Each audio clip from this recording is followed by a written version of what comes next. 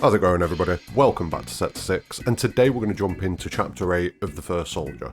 This is the final chapter that we're getting for now, and we'll talk about that at the end, but big things went down in the previous chapter, and this one kind of wraps things up a little bit, but not quite. So yeah, let's jump into it. Don't forget, drop a like on the video, subscribe for future content, but let's get into it.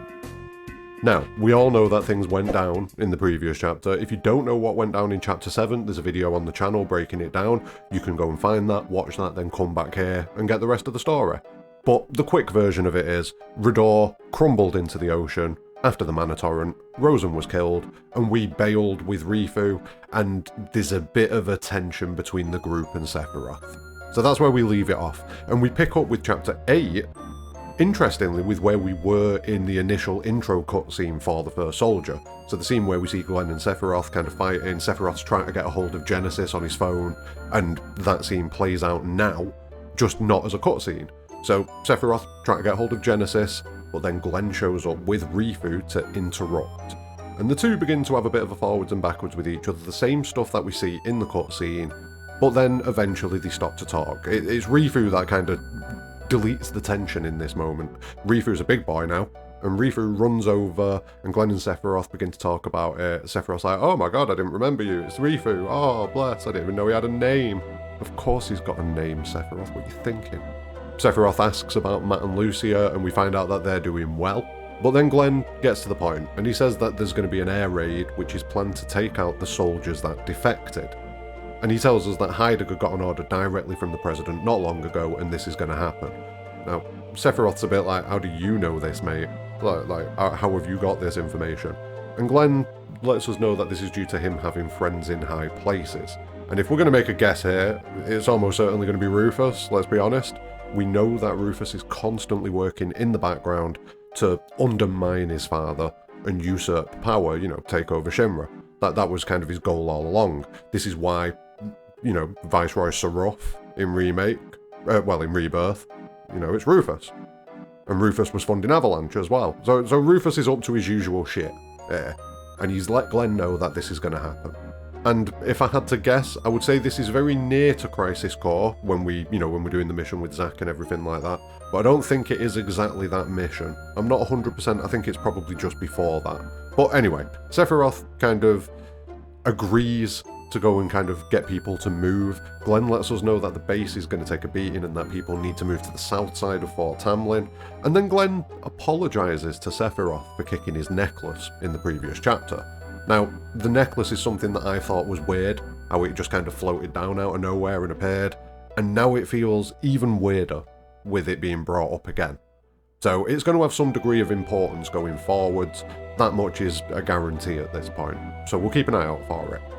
But anyway, Sephiroth presses on, takes out some Wu-Tai fighters who attack him, they're kind of like, Sephiroth wants to avoid the fight, he tells them to stand down, but they push him and they want to avenge their fallen brothers, so he takes them down.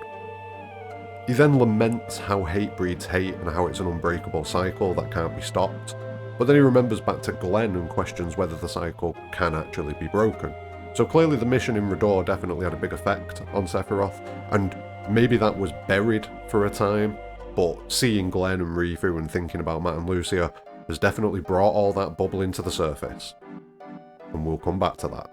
Sephiroth himself also mentions the necklace, which makes me certain it's going to be more important than we realise eventually. So again, keeping an eye out for that. But Sephiroth reaches the base and he tells people to, get moving. Warns them that there's an impending attack about to happen. But then we find out that there's a group of monsters that's stopping people from getting to safety.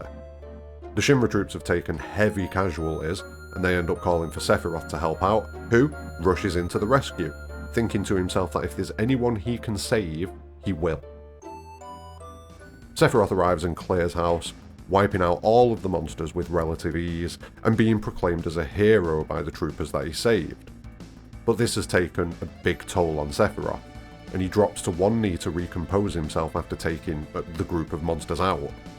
But, as is always the case, there's more, with Sephiroth resolving to himself to stay strong, and that he can save everyone. The Shinra troopers even join in the fight in support of Sephiroth, inspired by his power and his acts of heroics, his heroism that he's put on display here, and we end up fighting the behemoth pawn, which we eventually take down, and Sephiroth internally says to himself, you can become a real hero. And then we switch to a cutscene to close off the chapter. And I will say, all of these little moments where it's cut into a black screen just with Sephiroth having this internal dialogue, it's very reminiscent of all the times that Cloud has that in the OG. Very similar. Very similar. So the cutscene begins, and Sephiroth walks towards the troops that are celebrating him, cheering his name, proclaiming him a hero. Glenn is just off to the side, watching on with a smile in the distance, alongside Rifu. But then we switch to Sephiroth's perspective of things, and we see the all too familiar flicker of Jenova's influence. And this is pretty huge in a few ways. Like, first off, we're seeing probably one of the first times where Jenova has actually really been able to make some headway in taking some sort of control of Sephiroth. I'm not sure about that, we might see other things, but what I think's happening here is Glenn arriving has kind of brought emotional turmoil back into Sephiroth's mind. Something that he probably hasn't thought about for a very long time, but, you know, he remembers back to it. He thinks about it, and he is about to remember what happened that night between him and Rosen. So Jenova's able to work its way in a little bit because of that. Then you've got the fact that Sephiroth has literally just exhausted himself in combat against all of those monsters and then against the behemoth. So physically and mentally, Sephiroth is kind of unstable at this point, and Jenova is able to do what it does. Anyway, we switch to the scene from the previous chapter, the one that we didn't get to see, where Sephiroth asks Rosen, what do you want to do? Rosen just flat out tells us that if he's the last one of his people left, he wants to die. And Sephiroth tries to convince Rosen to change his mind. He says, you know, you've got reasons to live, we'll find a place for you to fit in, because Rosen says there's no place for me in your world. And Sephiroth's like, no, we'll find one. They found one for me, we'll find one for you.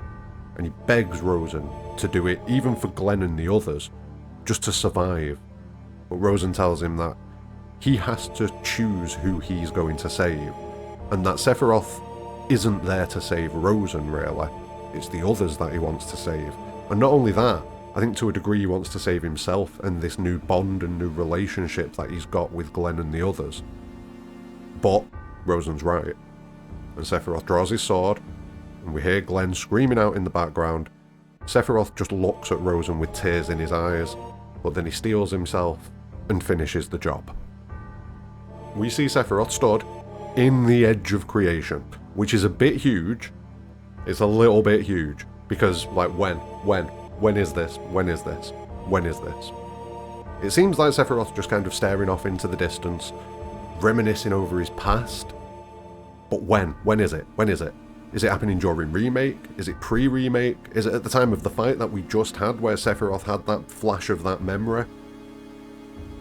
Like, when is this going on? We need to know when this is going on. We also see Sephiroth staring at one of the two universes from Remake's Edge of Creation, the universe of death. Now, the remake Ultimania states that Cloud carries the burden of the universe of creation, and Sephiroth carries the burden of the universe of death. So maybe this is beginning to finally flesh out and give us some explanation around the burden of the universe of death. Like, for the first soldier is definitely going to be used as a vehicle to flesh out Sephiroth's backstory massively. And the chapter then ends and we get a prequel for the first soldier episode 2, which we're probably going to end up waiting a little while for, I would guess. But the start of the trailer is a black cloak is walking along, and it seems to drop a video camera to the ground, and then we see footage from the camera of young Sephiroth and Angeal. We then see the cameraman pre-black cloak. If that's the cameraman that is the black cloak, which I'm going to guess it could be, then we get to see him before he's turned into a black cloak. And he does look a little bit like Snaps from Rebirth, doesn't he? I don't know, is this a younger Snaps? I don't know, am I being a bit crazy here? It looks like it could be a younger Snaps. Anyway, we move on. We see the craziest moment where Hojo looks like he's about to, like he's just gone Kaioken or something like that, or is about to summon a stand or do some other crazy anime shit. I'm guessing that this is an early Jenova illusion that Sephiroth sees. Like, it has to be, right? Hojo's not doing any of that. Come on. As of right now, I don't have translation of these scenes, so I'm going to look into that and I'll come back to you with that in the future. but the trailer then ends. And that is the end of episode 1 of The First Soldier. Now, I'm going to do a video potentially just kind of breaking the whole thing down in one video, you know, just kind of going over what we learned from it really quickly. I mean, briefly now, it's very much being used to kind of set up these tensions between Glenn and Sephiroth, but it's very much being used to show kind of like certain moments where Sephiroth's gone through trauma or gone through difficult moments. And I think overall from The First Soldier, we are eventually going to get the full story of Sephiroth's backstory. Like, it's starting to look like that's what we're going to get, and I am 100% here for it. 100% here for it. I want to know what's going on with him being in the Edge of Creation. When is that? Like, let me know your ideas and thoughts in the comments below for anything that's in this video. But we're going to wrap it up here. Like I say, I'm going to do another kind of video just kind of wrapping the whole thing up in a nice little bow in the next week or two once I've had time to kind of digest everything and cross-reference everything. I want to double-check timelines and things like that. But yeah, I've quite enjoyed The First Soldier. Like, I've enjoyed it. I don't enjoy the power creep on the fights. That's ludicrous. It is truly ludicrous. But as far as a narrative goes and what it can add to the compilation and add to Sephiroth as a character, it's adding layers of depth to Sephiroth. And I am 100% here for that. Let me know what you're thinking in the comments below anyway. Don't forget, like the video, subscribe for future content. Chapter 2 of Rebirth Breakdown coming very soon. PC is not cooperating, but we're going to get there. So keep an eye out for that. But more importantly than all of that, have a great day.